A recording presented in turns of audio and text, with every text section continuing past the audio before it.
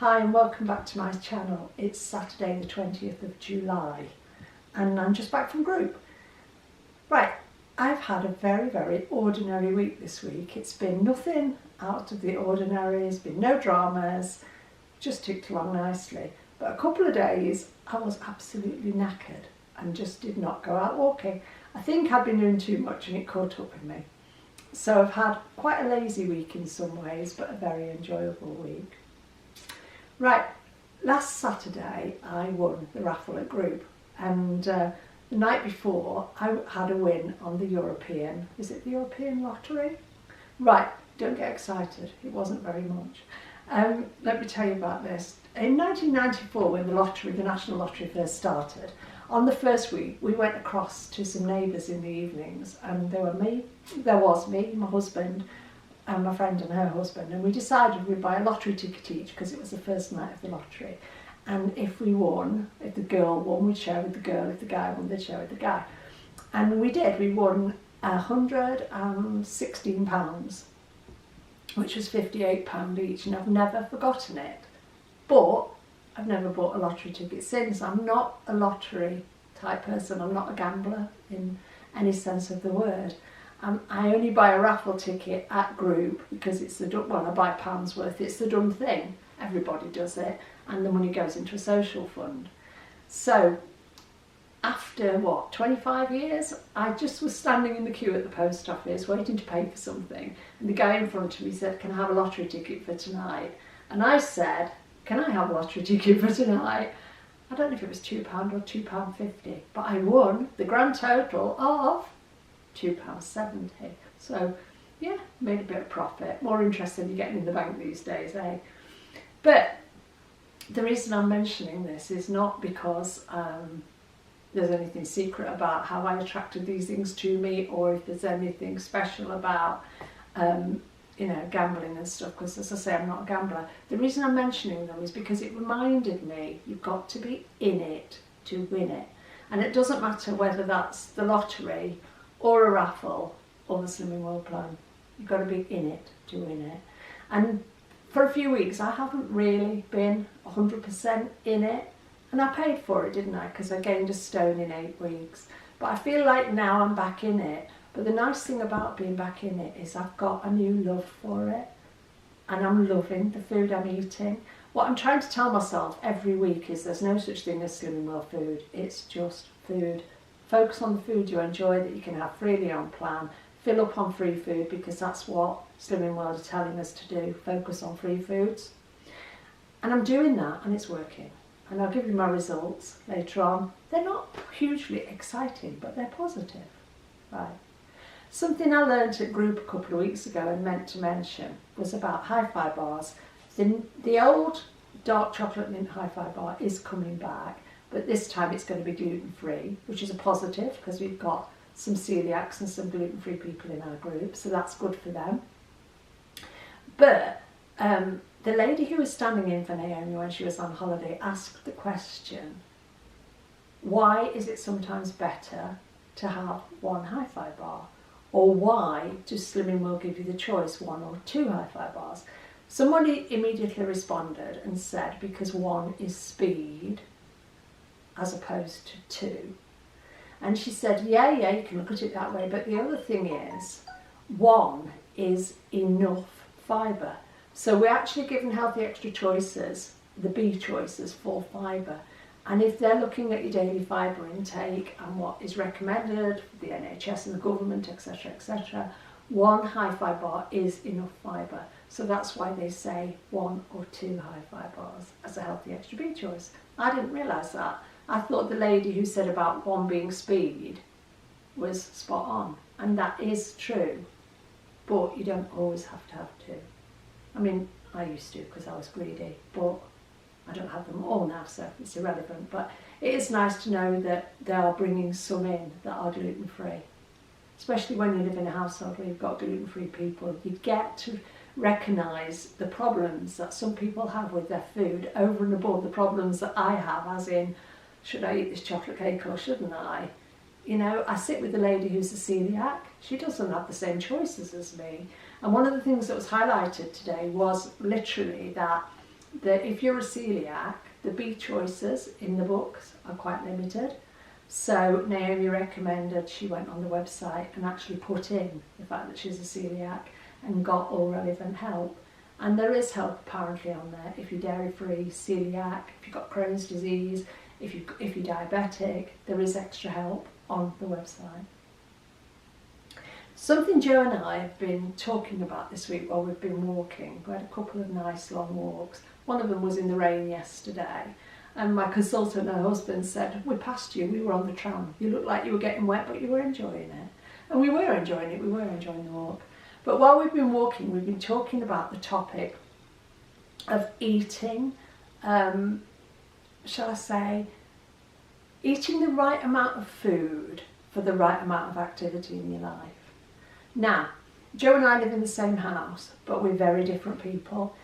When we put in MyFitnessPal our age, our weight, our activity levels to work out the approximate number of calories we should be eating, or I should be eating to maintain or to lose, or same for Joe, we get very, very different results. I'm 5'2", he's 6 foot tall. I'm 9 stone 5, he's the appropriate weight for his height. I'm 62, he's 25. You get very different figures, and that's why it's wise to use something like MyFitnessPal to work out how many calories approximately you should be consuming to maintain in my situation. The one thing that I found really interesting about it is one of the questions it asks is about your activity level. Now, my activity level most of the time is quite sedentary. Sometimes I would say, what are the options, Joe? Sedentary? Lightly active, moderately active, very active, athlete. Yeah, right. So I am sedentary or lightly active. Joe is, what are you? Moderate to very. Moderate to very active. Now, when you look at the start of our days, we both get up in the morning, we've both got very different plans for the day. His always includes a lot more activity than mine. And the kind of activity that Joe does, weightlifting and stuff like that, cycling stuff, burns a lot more calories. And it's not just about burning the calories to lose the weight and get the end result. It's more, Joe tells me, to do with fueling the exercise, isn't it, Joe? Yeah, I won't be able to do the stuff I want to do if I didn't either way. The amount that I eat, Yeah, and he would probably eat 1,000+ calories a day more than I would. But if he didn't do that, he wouldn't have the energy to lift the weights, to cycle for the length of time he does, to walk the amount of tens of thousands of steps or whatever that he does, and all the other stuff, and go to work, and be a help to me, and, because it's not just about that hour or two's exercise, it's about your whole 24 hours. So we were talking this morning about this week, about the difference between eating for what you're going to do, as in your lifestyle and your plans for the day, and eating a set amount of calories or a set amount of food on Slimming World and then paying yourself back after you've done some activity. Now, I'd never liked that idea because I only went to Weight Watchers twice. I went to 2 meetings. I sat in the first one shaking my head thinking, I just don't like this. I've talked about the old Weight Watchers, not the way it is today, because it's quite like Slimming World in a lot of ways today. But I sat there thinking, I don't get this, I just don't, this is not going to work for me. And also, the lady that I went to sold the plan very much on, if you do this exercise, you can have this extra food, you can pay yourself back. I'm thinking, hang on love, I've come here to lose weight, not to do exercise, because I am just not born to exercise. I'm just not. I can stand and watch Joe do 15 reps of bicep curls with big weights, and I'm exhausted just being in the room. There's no way. I mean, you said to me, didn't you, one day last week, try these handle things, you put the big weights on. And I'm doing these, bicep curls. I got to 3 and I went, is that enough for the week? And he'll do 5 sets of 15 or something. Some people are born to enjoy exercise. Some people are born to be sedentary. I think I'm one of those people. What I am born to do is I'm born to enjoy food. But if I can focus on looking at the day I'm going to have today and eat accordingly, then I feel so much better by the end of the day, because I'm not getting to the end of the day having undereaten and feeling absolutely knackered and shattered. And I'm not getting to the end of the day having overeaten and starting to let those guilty feelings creep back in. And for me, it is all about finding a balance. It's finding a balance when I need to shed a few pounds. It's finding a balance that is slightly calorie deficit. And it's finding a balance which is more or less on the mark when I want to maintain my weight. And I honestly, genuinely, after 4 years on this plan, really do know the difference. Irrespective of whether it's free food, speed food, healthy extras, whatever, I can feel the difference today. So yeah, if anybody's interested in looking at it that way, think about what you are eating as fuel today to fuel the activity you plan to do, rather than saying, well, actually, I went for a 10-minute cycle ride this morning, so I must have burnt some ridiculous amount of calories, which is not always true, so I can eat this extra. Because doing that, I believe, you're destroying your deficits, you're destroying your weight loss. I think you could probably do more of that if you're aiming to maintain. But if you're still on the weight loss journey, you need to be eating in a deficit, but not so much so that you actually feel shattered and you just don't have the energy to do anything. I don't know if that's of interest to anybody at all, but it was what we were talking about as we walked up a big hill the other day. And Joe has so much more knowledge about, eating appropriately for exercising, but he's a young man and he does a lot of exercise. I'm talking from the perspective of, middle to older aged lady who does very little exercise, but still needing to eat accordingly.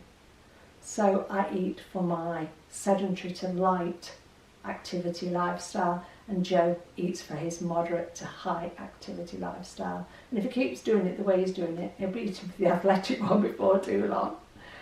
It's all very interesting, so much more to losing weight than just focusing on what we're having for our breakfast, our lunch, our tea and our snacks. Right, what's the next thing on my list, Joe? Wheat-free. Yeah, I talked a fortnight ago about giving up wheat. Now my first week was not a disaster. I only had one blip because I ate the sausage pâtés, which are corn, and corn has wheat in it. But that was one thing. I had 2 of the pâtés, which totaled one sin, but I'm looking at taking the wheat out. This week I've been 100% wheat-free very easily, and I've really enjoyed it. And is it working? It's quite funny because I don't feel like the weight's melting away, which is fine because it doesn't need to. What I do feel like is that my body's changing shape. I've purposely put on the denim shorts today that I had on 2 weeks ago. These are a size 10, and look, I can easily, without breathing in or anything. This is my problem area, my waist. I don't have one. But that is different to what it was. Definitely different to what it was 2 weeks ago.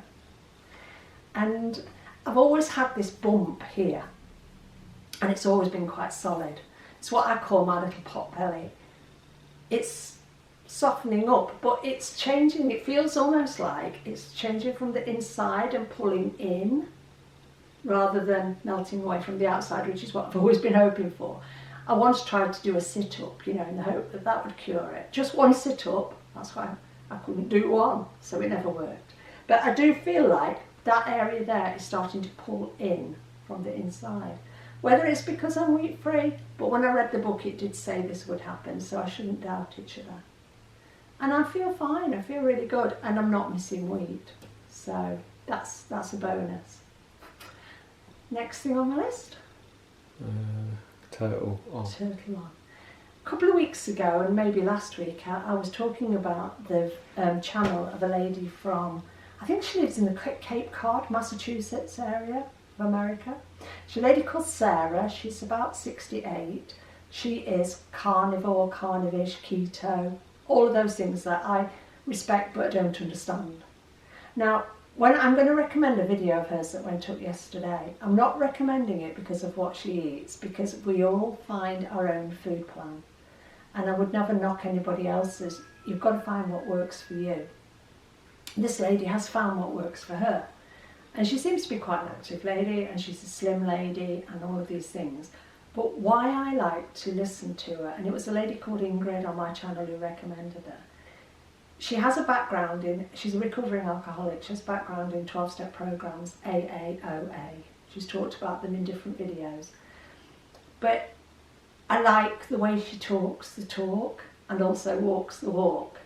I like the way she talks about consistency, talks about being committed, tells you you don't have to eat it because somebody else says you should.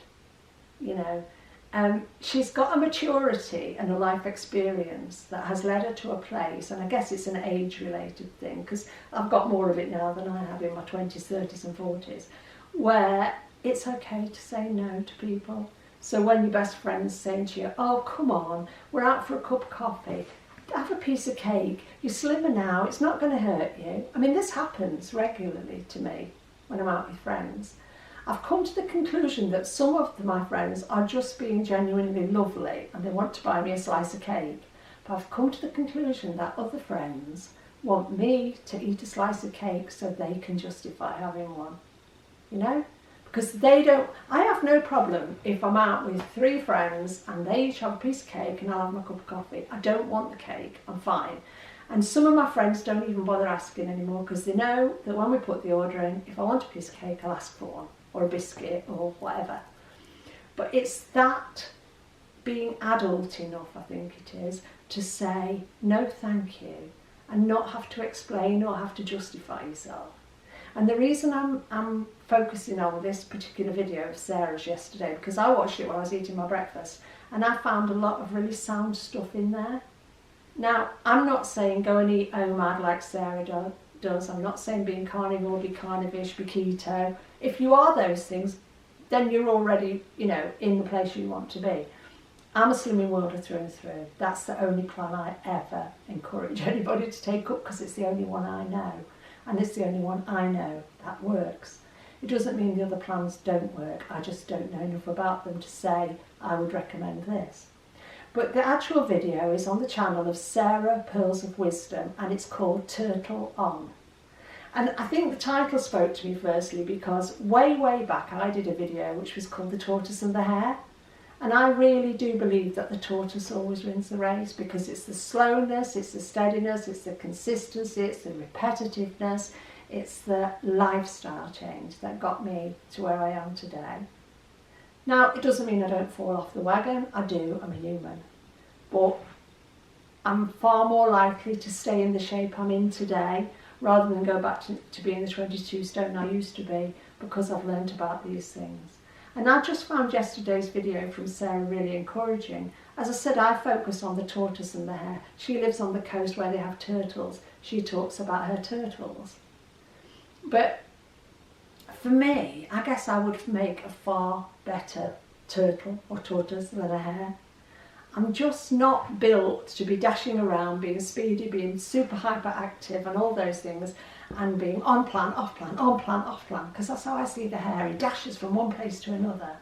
You know, I don't know if you ever lived in a place where you see hares. They're not like rabbits. You know, the hare doesn't pump, pump, pump around like a rabbit. He dashes. And I used to do that with diets. I used to be dashing on this diet and then dashing off that diet and dashing on this diet. With Slimming World, I've found the consistency of the tortoise, and I am a plodder. I just plod along. So if you've got the time or the enthusiasm, go and watch that video, please.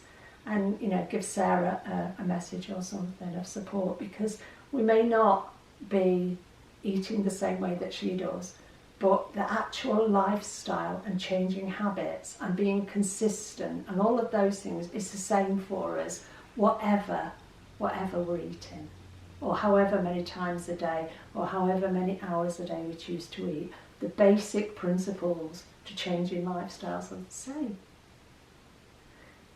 Is it my results now? Yeah. Yeah. Went to group this morning, as I usually do on a Saturday morning. The numbers are down a bit in our group, and I mean, I think it's maybe the schools have broken up. A lot of people go away for the next fortnight around here. Other than that, I don't know why the numbers are down. Is it harder to do this in the summer? Do people find it's harder in the summer? Do people find they have less time? The kids are going to be off for 6 weeks, so why bother? Sorry, you're at 20 minutes, by the way. Okay. I know that when Joe was a kid at school and he was off for the whole of the summer, I would have found that harder. That's why I never lost weight back in the day. But yeah, the numbers were down a bit, but it was a flipping good group because we had an image therapy where people who've been around a long time were sharing things that they've never shared before and asking for help where they've never asked for help before. And at the moment, I'm finding a lot of Target members are out of Target. I'm finding this amongst my friends who go to groups in different cities around here or different towns around here. I'm finding this amongst people in my own group. I've noticed it on YouTube, although I haven't watched much YouTube this week. I need to catch up with a few people. But it seems to be, at the moment, a lot of people are slightly over Target. And that, I think, goes to prove that it isn't easy to be at Target. And I just thought, oh, it's the summer. It's going to be easier to eat. It's the summer. But what I find I prefer is I like hot food and cold walks. And at the moment, it's all about cold food and hot walks. And it's the hot walks I'm not enjoying. And I think that's why I've chickened out of a few good walks this week, because it's just been too flipping hot. So I went into group with no great expectations. I knew my food had been 100% on plan. When I'm in that position, I can walk into group and not worry about it. The result I get on the scales is the result I get on the scales. I'm not standing there thinking, oh my God, I overate on such and such. I had to pull it back on so and so. I know my food has been 100% on plan. I also know I don't undereat. I eat plenty. Somebody picked up from my video a few weeks ago when I said about going wheat free that they thought I was going carb free. No, I don't go carb free. I eat plenty of potatoes and such like. I'm not advocating an SP plan at all because I don't like the SP plan. But went into group, went to the scales, followed the lady I sit next to. She got a much, much bigger loss than I did, but I lost ½ a pound. And that's enough for me. I'm 2 pounds out of my target. That's no biggie, is it? It's like a couple of tins of tomatoes, basically. Now, I'm happier carrying around a couple of tins of tomatoes, virtually, in my backpack than I was carrying around the extra 8.5 pounds I was carrying a fortnight ago.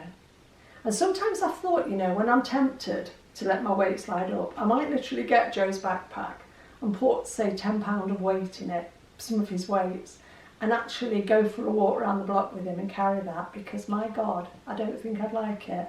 Because I know that when we live very close to a big hypermarket, when we walk home with 2 bags of shopping, because I'm linking Joe's arm here, I'll carry a bag of shopping, he carries a bag. He always carries the much, much heavier one. But I still moan by the time I get home, because a bag of shopping that weighs 5 or 6 pounds seems a lot to me. Yet I can plaster that on my bum and my belly, carry it round and barely notice. So the next time I'm tempted to let my weight creep up, I think I'm going to put a £10 weight in my backpack and go for a walk around the block to remind myself that is not where I want to go. So it's a fabulous group this morning, really happy with the result, and that's it. Onwards, and hopefully another £0.5 off next week, because that's all I'm hoping for. It's enough each week for me. Following on from that £7.5 loss that I had a fortnight ago, I fully expected to have a gain last week because I thought that was such a big loss. I expected some of it to go back on and it didn't. So if I could keep drip, drip, drip, chipping away £0.5 a week until I'm back to where I really, really want to be, which is probably £3 or £4 down from here. But having said that, I feel fine. I feel fit, I feel healthy, I'm sleeping well. What more could I want, And I feel slim. So, just found this t-shirt in my wardrobe, size small, from TK Maxx, and plenty of room in it. I went to Zara this week and bought a size small t-shirt in there, which is something I never dreamt I'd be able to do. And it was a bargain at £5.99 in the sale. And I think this one was about £4, so quid's in this week.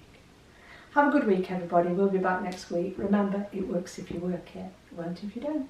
Cheers.